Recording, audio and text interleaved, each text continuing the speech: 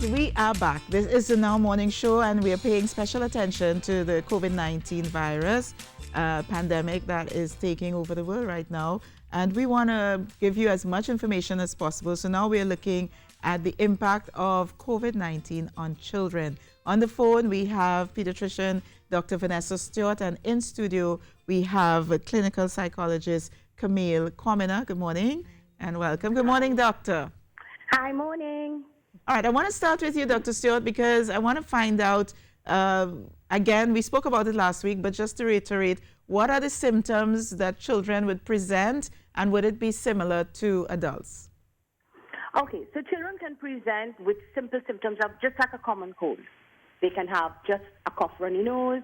They can have fever, cough, runny nose. They tend to have very much milder symptoms than adults. So their symptoms are really not dramatic. They usually would have fever, but not necessarily. Runny nose, cough, dry cough that gets a little wet. They go through the symptoms really and truly like a cold. Yes. And what should and what about recovery for children? What do you guys know about the recovery time for children versus adults? We know that the children tend to do very much better than the adults. They recover a lot quicker than the adults. They're usually fine by a week, and because they don't have severe symptoms. They're running they're all over the place. They may get a little lethargic, but they really and truly behave like a cold. They recover like a cold. Okay.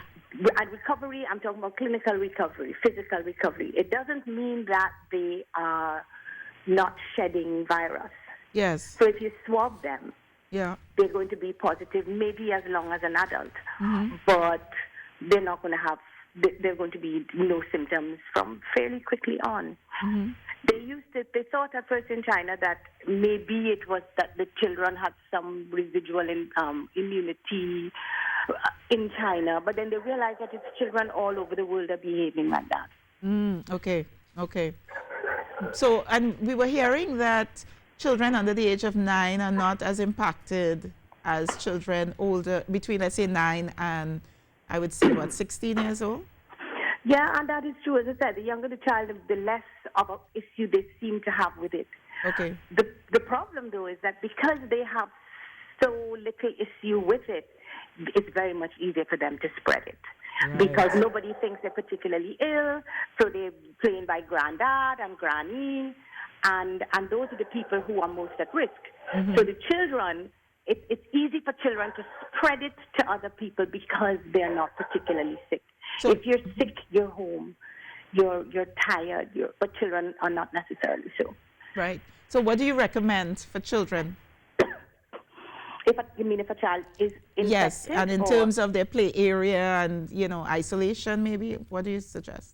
If a child is infected, they need to be isolated. They need to be quarantined, just like anybody else who's infected. Not so much because they, in a daycare setting, are going to make the other children terribly ill, because the other children won't be terribly ill, but they will take infection home to their families, right, and make other people in the families terribly ill.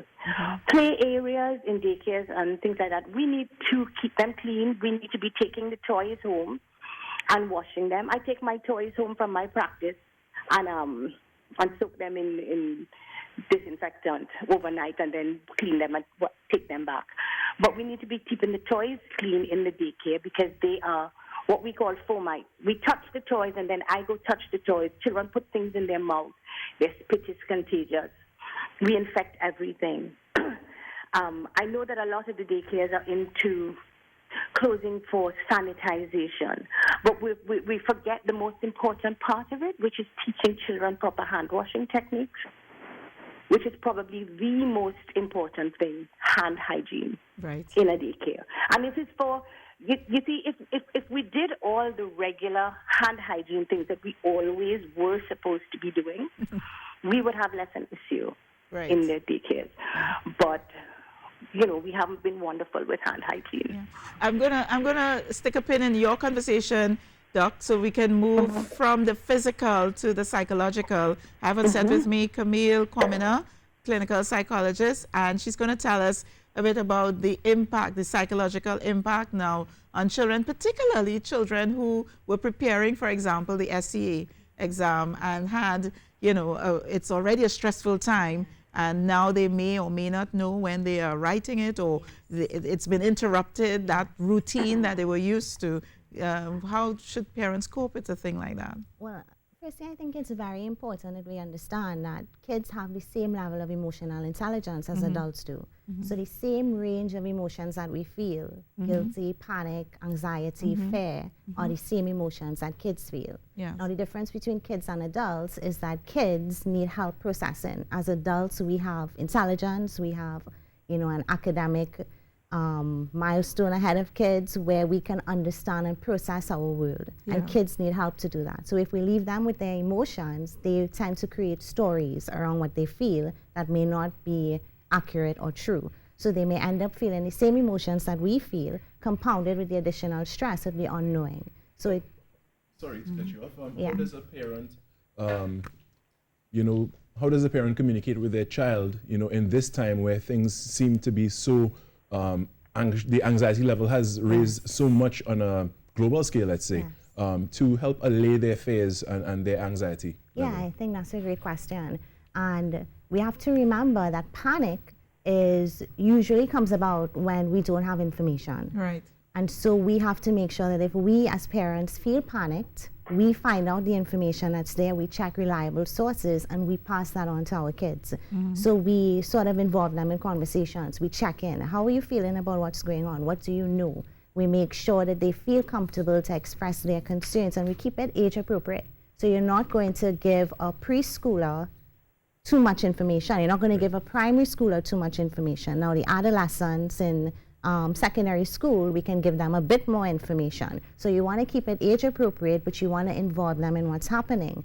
And you also want to address any concerns that they may have. So question them, see what it is that they're thinking, what it is that they're feeling. Yeah, we're going to come back to the children. I have Dr. Stewart on the line, and a question that came up, and maybe if you have questions on social media, we could grab some of those as well to get them in, because I know this is an area that's of great concern. Doc, one of the questions is, how can you tell between the common cold or the flu and COVID-19 with a child?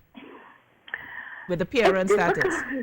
It's difficult, actually. And probably the most important thing you need is knowledge of a contact for COVID-19. Just straight clinically, they really present very similarly. They're very pretty charts that they are everywhere. The chart, the Ministry of Health, give Jack their jacket. Ministry of Health has been putting out charts and charts and charts with COVID, the flu, and the cold. They're more relevant to adults because children tend to have COVID and the regular common cold. The symptoms tend to be very similar. They'll probably have fever for a longer time with the common cold than with COVID. So if it's a spike fever, then you might be a little more concerned. Yeah, a slight fever, maybe a day. But one of the things that we know is important is the knowledge of contact. Right.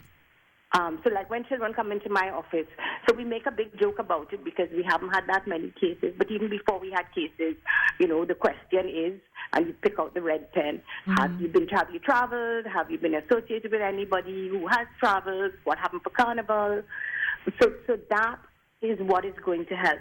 But just off the bat, without a swab, you have to decide right now we're swabbing people who have contact, who have been in contact with possible cases or possible travel. It is almost impossible to tell the difference in a 1-year-old between COVID and the cold. Right. So an adult you can, and a 1-year-old you can't necessarily. Right. Okay. So I guess you just have to probably seek medical attention if you think it's serious. You call your doctor, and and so what we do is when parents call us and they give us the story, then you decide whether you want them in the office or not, because we try to keep people out of the office who are possible risks. Right. Offices are closed spaces, they're air conditioned, we have nice recirculating air, And we don't want everybody coming into the office, oh my God, I think my child has COVID. Most of the children don't have COVID right now. Most of them probably will at some stage if we're not careful. So we go back to the washing of hands and the healthy hands hygiene and so on. Okay, yes, so it really and truly goes back to that. And there are things we can do with children that help. We can post posters in the schools over the sinks where they wash their hands. At home as well. And at home as well. We remind them at home. We remind them in school. There's some schools in Trinidad, and I'm not going to call any names, but there's some schools, public schools, that have had no soap. Yeah. So in the midst of all the COVID thing, the parents tell me, well, they don't have soap in the bathrooms. So we need to address things like that as well. Because that's Doctor, I'm going to have to leave it there with you and get my final question in with Camille Quamina. But on that point of soaps, maybe parents can pack small bags, containers of soaps for their children and little hand sanitizers so that they can have it at school if, for whatever reason there isn't at school. Coping tips for the SEA students, especially, my heart is with them especially. So I think especially for the SEA students, it's really important. The anxiety that surrounds this exam is really stemming from their interpretation of what it means. Yes. So the first thing that we can definitely do to alleviate that anxiety is to address separately from the COVID, listen, this is just an exam. A lot of it is really the parents' anxiety about what this means for their child, and a lot of the social constructs within our society, we put a lot of that on them. So at this point, it's a really good time for us to start to separate that, seeing as we have two sort of very serious situations happening. The second thing that I would recommend is that you keep them in a routine. You let them study, do their work at home. You let them keep as much of a normal routine as possible while all of this is taking place. And the third tip, my final tip, is just to let them be accustomed with the unknown. Flexibility is so important in our day-to-day life, and it helps us to really adjust and be okay. Oh, there's some great tips. Camille Quamina, thank you so much, clinical psychologist, and Dr. Vanessa Stewart, who joined us via the phone. We're going to take in a few messages, come right back here on your favorite morning program, the Now Morning Show.